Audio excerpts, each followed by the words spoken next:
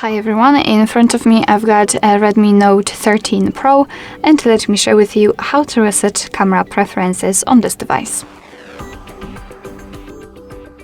So let's start with opening the camera, and I hope that you can see the special type of a green line. I've applied it before I've started the recording because I'd like to show you the visual evidence that the reset option will work.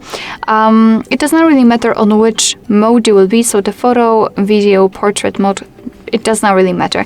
Just unroll the top bar with the options, so swipe your finger from the bottom to the center, from the top to the center, sorry. And now we can enter the settings in the right upper corner.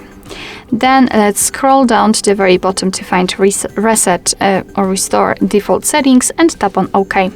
The settings flashed a little bit, so now we can go back to the camera, and as you can see, we do not have the spiral applied, which means that we just successfully reset all camera preferences.